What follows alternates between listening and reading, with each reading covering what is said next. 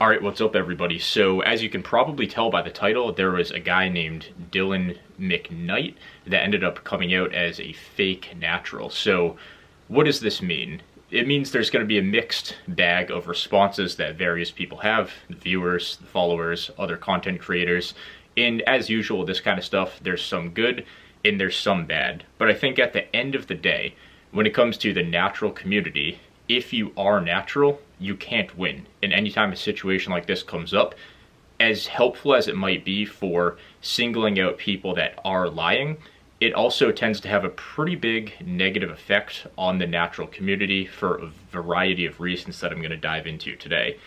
But what I mean by naturals can't win is, as someone that's trying to achieve a great natural physique and I make content for other natural lifters, I see this as not only something that indirectly hurts people like myself, it hurts the top natural lifters and the top natural bodybuilders.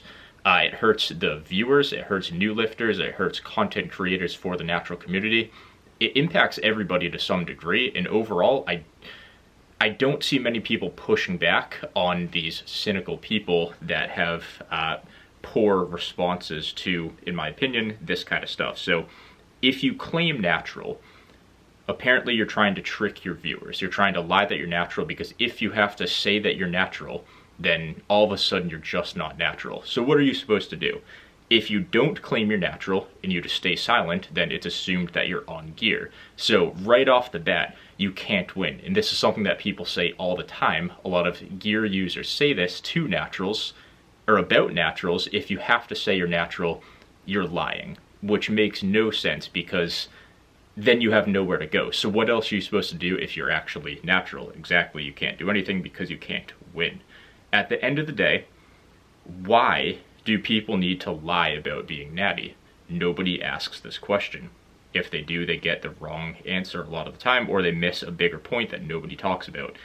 It's because the vast majority of people will not take gear. Nobody says this. The vast majority of people will not take gear. By that logic, if the overwhelming majority of people want to stay natural, how can we assume everyone on that platform or any successful lifter is on gear? It doesn't add up. The people that say everyone's on gear are one or both of the following. They're a failed natural lifter, which you see time and time again, or they're an unintelligent lifter, an unintelligent person in general, and they have no social awareness. So to dive a bit deeper into these two examples, with these failed natural lifters, these people are the most cynical, and they're cynical for a few reasons towards this. They'll claim that everyone's on gear for multiple reasons.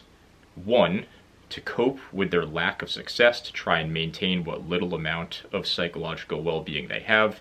So these people are typically people that started off natural. They were either kind of black-pilled into not thinking you could go that far, or they just never learned enough about training, or they're just an egotistical human being that thought they knew everything and did everything properly, trained harder than everyone, etc., etc.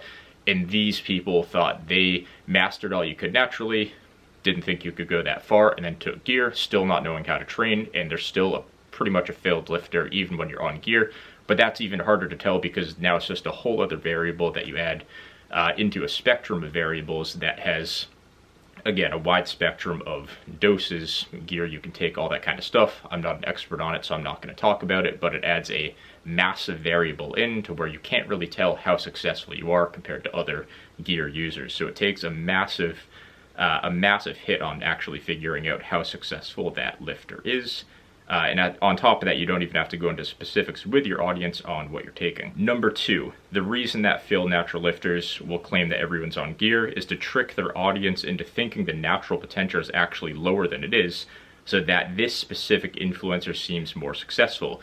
You see this all the time. Again, failed natural lifters that take gear and tell their audience that you can't go that far naturally, everyone's on gear, everybody's lying about it, and that's basically just to justify to their audience that them as a creator have not failed as a lifter, saying, oh, you can't go that far anyway, so what was I supposed to do? I had to hop on gear. But in reality, how far you go naturally says a lot about your knowledge about how to train properly.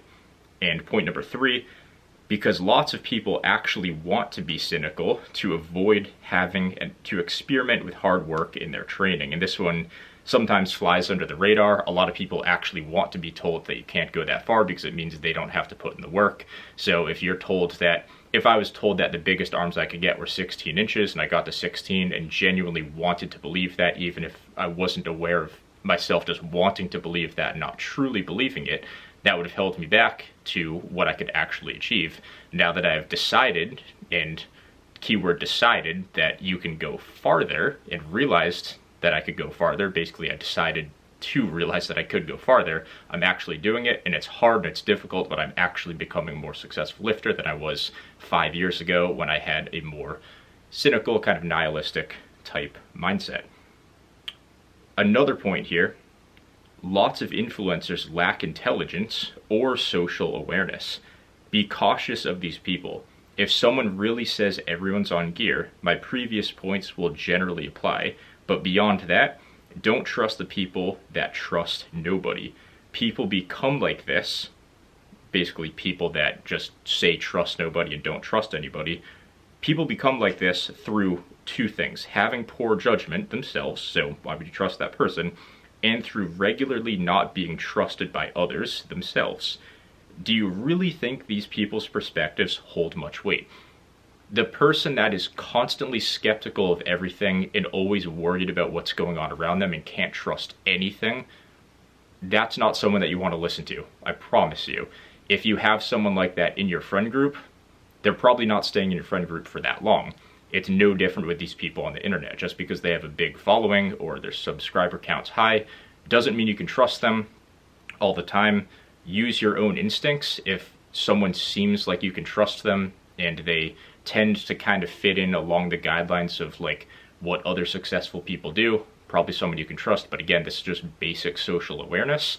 And there are certain people that just don't have this, that people choose to listen to, and they shoot themselves in the foot because the influencer has their own best interest and their own false self-preservation in mind, which negatively affects their entire following. When fake natties get called out, it actually hurts the natural community. The natty or not and response videos go viral, and more people than ever become skeptical of the physique attained by the fake natty. This slowly leads to demoralization. And this is the problem. My next point that I'll be talking about in a second here. The physique is always at the expense, but the physique usually isn't the issue. It's not about whether the physique is natty or not. It's about the character. It's about the person. This is something that Atlas Power Shrugged talked about. If I remember to link his video in the description, I will. I'm very forgetful, so Atlas Power Shrugged, if I forget to do this, comment the link to your video and I'll pin it. But in general, what I'm trying to say here is that the videos and the natty or not discussion focuses 100% on the physique, while in large part ignoring the actual character of that person. In reality, in most cases with these fake natties, they're people that are borderline naturally attainable. And I'd say in most cases, their physique is, for the most part, naturally attainable. And the reason that these people, these fake natties, get called out is because the flags are raised through their character, who they associate with, how they train. That's how the flags are raised, but ultimately the judge is on the physique. And that's the problem, because the physique usually isn't the issue. It's the actual character of that person. The longer you're in the industry, the easier it is to become cynical. For every success story of a natural lifter, there are infinite times as much, there is infinite times as much attention on a fake natty getting called out. So you never hear about the success stories of natural lifters. If you were to talk about who's like the winningest natural bodybuilder of all time, I don't know. Nobody knows. We're all clueless on that. But if you were to talk about who are the 10 most recent fake natties that got called out, I'm sure everybody watching this could probably name at least 7 of them. So you can see what gets the attention and what doesn't. So that leads to an imbalance of perspective. So for however many famous fake natties there are, how many jacked natural lifters are there, and what gets the attention? It's completely skewed, and it skews everybody's perception. It's completely warped.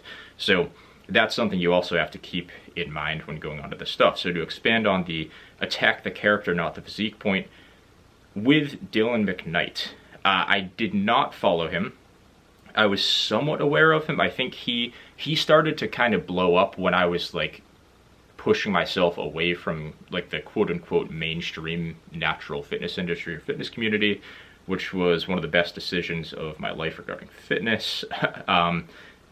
With this kid, so he might not be a kid. I think he's like mid or late 20s. I'm not positive though. It was not obvious that he's on gear, and if I remember correctly, I'm not an expert on gear, so please do not listen to me. Take anything I say about gear with a grain of salt. It sounded like from his like quote unquote apology video that he wasn't really even on enough to make a major difference in his physique, at least as far as the overall muscle mass goes. Correct me if I'm wrong, and I absolutely could be wrong, so don't take this out of context. I'm not an expert. Listen to someone that's more educated than I am. But it's not his physique that was the issue. Whether he was on a bunch of gear or on nothing or on a little bit of gear, the physique that he has in large part that I'm seeing on scrolling through his social media, it looks naturally attainable. So it's not an issue with his physique, it's an issue with his character, which was very evident from looking at his apology video. Obviously based on what he was saying and how he was saying things and how he was twisting things, it's an issue with the character, it's not an issue with the actual physique itself, yet the physique and the potential that he was able to reach is what is going to hold people back because they think it's a problem with the physique and that's not naturally attainable, which couldn't be further from the truth. It was the character. You could get an idea that he was a fake natty by watching that apology video. Even calling it an apology video is a stretch, but I'm not here to dissect that or talk about his character. I'm just here to defend that actual physique because it does look, it fits right in among good natural physiques. You can disagree with that if you want, but I think it fits right in. I don't see anything that stood out to me that if we took the personality completely out of it and I only saw a picture, I would assume he's natural. Fake natties are ruining what we see as possible. And one of the biggest points to realize here is that there actually is a pretty big overlap between successful natural lifters and failed or even decent PED users. And of course with PED users there's a huge spectrum because again it varies based on how you respond to it, how much you're taking, how long you've been taking it for, if you're on cycle, off cycle, all this kind of stuff that I don't know a whole ton about. Be cautious of people who failed at lifting naturally or took gear early in their training because they can't comprehend what's achievable naturally. So you get people that, and again, this is the whole fake natty point. You get fake natties that tend to have these fringe physiques, and even guys that are a fair amount smaller than what the natural potential actually is, relatively speaking.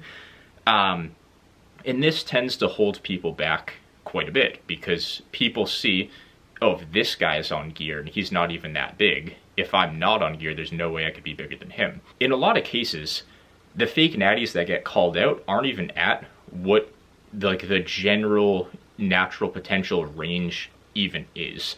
They would still get mogged by some of the biggest natties, especially when they're not in contest shape, when they are a little bit flatter and probably lose a decent amount of muscle. When these guys are in like the mid to late like off-season range for the top natural pro bodybuilders, a lot of these guys just straight up mog these fake natties. And it's sad because people think these fake natties that aren't even that big is better than you could achieve naturally. And in reality, these are the guys with the big followings, and this is why so many people don't know how to train properly. And a lot of these people don't even train hard, and of course that's gonna screw you over from actually making progress because you can try whatever you want, you can have the best programming ever, but if you don't train hard, you're not gonna make progress. A lot of people don't understand how big the top natural lifters actually are. And this is probably a combination of a few things. One, a lot of the top naturals don't really do much for content creation. Two, people have body dysmorphia, so they don't actually think these people are that big, which is genuinely sad, and that's a big issue in the fitness industry. I'm seeing responses of people saying, look at the top natties or look at the natty pros, they're small. And that is a blatant sign of pretty severe body dysmorphia. If you think that the biggest naturals, like the top natural pro bodybuilders, are small or tiny, that's a you problem, and you shouldn't be spewing that opinion onto other people. That's just going to mess with everyone's perspective, mess with everyone's head. People can't comprehend how big these people actually are. It's really sad to see. And then even with these top naturals, it's like I was saying earlier, look at them when they're at 15 to 22% body fat, when they're in their off season. They're massive. Like, they're huge. I don't get how anybody could say these people are small. It really makes no sense to me whatsoever. It's genuinely shocking that people can call those people small. It really is. And yeah, I mean, like I was saying, a lot of the top natties don't even make content or post much on social media with an intent to grow their following or make money. A lot of these guys have other careers in place, and bodybuilding is just, it's like a very passionate hobby that they have. Maybe they coach a few people on the side of what they normally do for their career, but a lot of these guys just post like random little physique updates or quick little training clips here and there, but they're not doing what it takes to actually grow a following. So that tells me that, it tells everybody that they're not really in this for the money, especially if they have another job and another career. So this is just another case of people having poor judgment, saying that everybody's in the industry just to make money, when in reality that's not true at all. People can genuinely just enjoy posting their content and having a little lifting community and going back and forth with other like-minded lifters. It's a very niche hobby, so we all go through the same thing. You go to the commercial gym, nobody there knows what they're doing, so we kind of resort to talking to other people online, because there's usually only a select few people at each gym that actually knows how to train hard. Some gyms, nobody knows how to train or train hard, so are these people just going to live under a rock and use that for their reference? Or are they going to try and expand their horizon and actually go online and look at other like-minded people doing the same exact thing as them? I think it's pretty obvious what people are going to end up doing. It's not purely just to make money or get a massive following. That's very obvious by the type of content that people post. And then you see a lot of the time certain influencers projecting their own selves onto others, other influencers or content creators. So you see, not everybody conforms to the larger industry that tends to put money over ethics. You see a lot of influencers say people are just in it for the money, or people are just in it to get views and make a quick buck, and they're willing to sell out and sell supplements and sell all this stuff just to make money, and that's the only reason they're here. And similar to my last point about the other top naturals not caring a whole ton about their actual following, but more so about talking and communicating with other lifters, posting up their training for other people to see and learn from.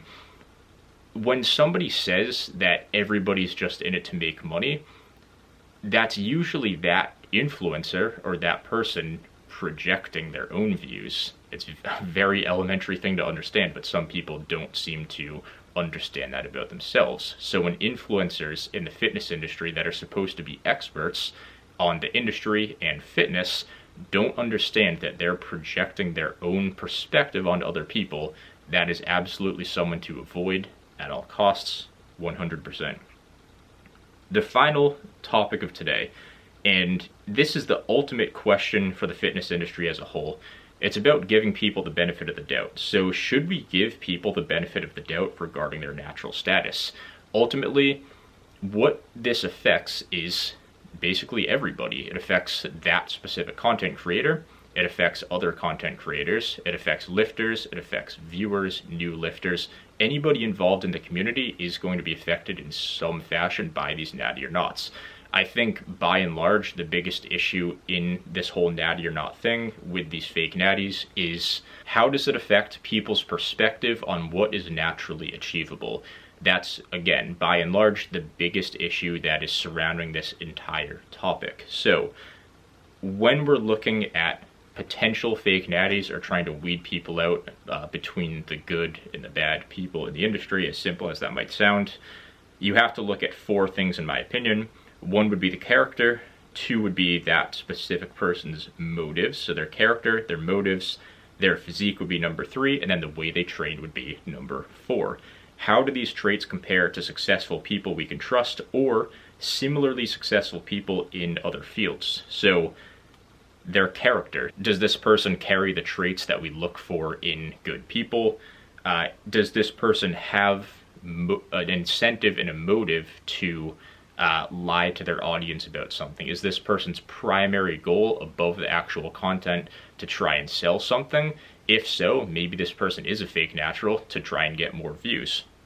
But if this person's motivation is, say, to talk about specific lifting concepts and they're more focused on the actual content itself than the growth of the content, maybe that's a different story. I'd argue it probably is. Of course, it's a little bit more nuanced than that, but generally that's the way I see it. Let's look at their physique next. Is this a naturally attainable physique? Some of these are very obvious, some of them are a bit of a gray area, but I'd say if it's a gray area and you're not sure, you can't only look at their physique and call them a fake natty for it. You have to look at other aspects of that person, like their motives and their character. And last but not least, looking at how they train. So does this person train in a way that is somewhat similar to the way that other top naturals train, or and there's always going to be a little bit of overlap with this, does this person train with the intensity and the effort and the passion and the drive that other top naturals tend to have? This makes it very obvious. You can get a pretty seasoned eye by just being in the industry for a couple of years. You can see how hard and how passionate and how consistent these guys train that are the biggest naturals, and that tends to be a very common theme among the biggest people naturally. So you have to tie all those in together and look at each one. And I think that will give you a pretty good idea of if someone is natural or not. So with that being said, if you guys have anything to add, leave it in the comments. And if not, hope you enjoyed the video. I'll see you guys in the next one.